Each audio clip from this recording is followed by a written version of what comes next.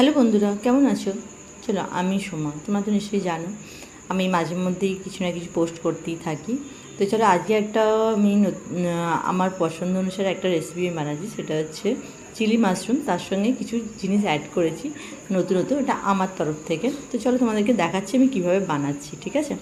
দেখো, সবার ফার্স্টে আমি মাশরুমগুলোকে একটু বয়েল করে নিয়ে তারপরে পেঁয়াজ, ক্যাপসিকাম আর তার সঙ্গে কিছু রসুন কুচি, ঠিক আছে, তারপরে কাঁচা লঙ্কা, তাও দুটো কাঁচা লঙ্কা, আর তার সঙ্গে কুচি কুচি করে কেটে আমি একটা থালার মধ্যে রেখে দিয়েছি। তার সঙ্গে টমেটোও আমি দিয়েছি। ঠিক আছে?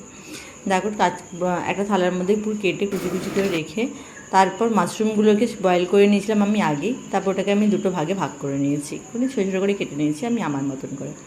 তো ওর সঙ্গে একটুখানি অ্যাড করেছি একটু কর্নফ্লাওয়ার। ঠিক আছে? আর কড়াটা আমি গরম করতে দিয়ে দিয়েছিলাম, দিয়ে তার মধ্যে একটু সাদা তেল দিয়ে দিয়েছে, সাদা তেল। আর তার সঙ্গে এবার সাদা তেলটা দিয়ে দেওয়ার পর ওতে আমি এবার একটু দিচ্ছি রসুন কুচি।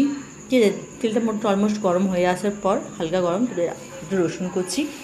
ঠিক আছে? রসুন কুচি দেওয়ার পর তারপরে যে একটু রসুন কুচিটা হালকা করে একটু ফ্রাই হয়ে যাবে, তো তারপর আমি ওর সাথে দিয়ে দেবো একটু কাঁচা লঙ্কা। ঠিক আছে? কাঁচা লঙ্কাগুলো একটু হালকা, জাস্ট বেশি ফ্রাই করলে চলবে না, তো ওটা আমি অল্প করে দিয়েছি। এবার ঝালটা তোমাদের মতো, যে বেশি ঝাল খেতে চাইলে তো তুমি আর দুটো কাঁচা লঙ্কা দিতে পারো। তো আমি দুটোই কাঁচা লঙ্কা দিয়েছিলাম, যেহেতু আমার বাচ্চা মেয়ে যে আছে, ছোট্ট সোনা, মানে কিছু দেখেছো, তো সেও তো খাবে, তো তার জন্য আমি একটুখানি দুটোই কাঁচা লঙ্কা দিয়েছিলাম। তো খুব একটা বেশি ঝাল ছিল না কাঁচা লঙ্কাগুলো। তো তারপর একটু পেঁয়াজ কুচি কেটে রেখেছিলাম, তো পেঁয়াজ কুচিগুলোকে তারপরে দিয়ে দিয়েছি। এই পেঁয়াজ কুচিগুলো বেশি ভাজা হবে না, এগুলো সব হালকাই ভাজা হবে। জাস্ট একটু করে ভেজে নেবার পর তারপরে ক্যাপসিকামগুলো ওর ওপরে দিয়ে দিয়েছিলাম সব। এবার যে বয়েল করে রাখা যায় মাশরুমগুলো, সেটাও আমি দিয়ে দিয়েছি। দিয়ে টমেটোগুলো দিয়ে ওর সঙ্গে একটুখানি একটা জিনিস অ্যাড করি, সেটা হচ্ছে আমি একটু কর্ন অ্যাড করেছিলাম। ঠিক আছে? তো সেটা আমি হালকা করে একটু বয়েল করে নিয়েছিলাম। করে নেবার পর ওর মধ্যে সব কিছু দিয়ে ভালো করে হালকা করে একটুখানি নেড়ে চেড়ে হাফ ভাজার মতো জাস্ট ভাজতে হবে। ঠিক আছে? খুব একটা বেশি ভাজলেও কিন্তু মানে ক্যাপসিকামের যে টেস্টটা রয়েছে, মানে ন্যাতা হয়ে যাবে। ঠিক আছে? তো আমি একটু যে কাঞ্চি ভাবটা রাখার জন্য তো আমি অল্পই হালকা একটা ভেজেছি। ভাজার পর মধ্যে মশলা একটুখানি আমি গুঁড়ো লঙ্কা না, এটা অ্যাকচুয়ালি কাশ্মীরি লঙ্কা দিয়েছি, ঝালটা যাতে না হয়, একটু গোলমরিচ। ঠিক আছে? আর একটু তার সঙ্গে একটু নুন, পরিমাণ মতো নুন, একটু হলুদ দিয়ে দিয়েছিলাম হালকা করে, বেশি না, অল্প।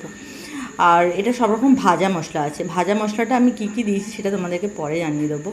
আর একটু অল্প করে নুন। ঠিক আছে? এবার স্বাদ অনুযায়ী তুমি তোমার যতটা নুন খেতে চাও একটু খেয়ে দিবে। তো আমি একটা বাটির মধ্যে একটু টমেটো কেচি, আর একটু সোয়া সস আর একটু চিলি সস করে রেখেছিলাম গুলে, আর তার সঙ্গে একটু কর্নফ্লাওয়ারটাও গুলে রেখেছিলাম যাতে গ্রেভিটা হয়। হয়ে যাওয়ার পর দেখো, এবার এটাকে সব জিনিসটা আস্তে আস্তে আমি ওকে নেড়ে নিচ্ছিলাম, যাতে জিনিসটা তাড়াতাড়ি মানে ভালো করে মিক্স হয়ে যায়। লাস্টে আমি আরেকটা জিনিস অ্যাড করেছি, সেটা হচ্ছে আমি পাস্তা যে সস আছে সেই পাস্তা সসটা অ্যাড করেছিলাম। তো এতে খাবার টেস্টটা আরও বেশি ভালো হয়েছিলো।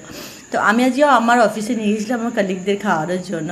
তো ওরা যে রিভিউটা দিয়েছিলো, জাস্ট ওয়াও হয়েছিল। ঠিক আছে? এই দেখো, আমার হাতে অলমোস্ট রেডি হয়ে গেছে, আর আমি তুলে একটু টেস্ট করলাম যে দেখি কেমন খেতে লাগছে। দারুণ ছিল।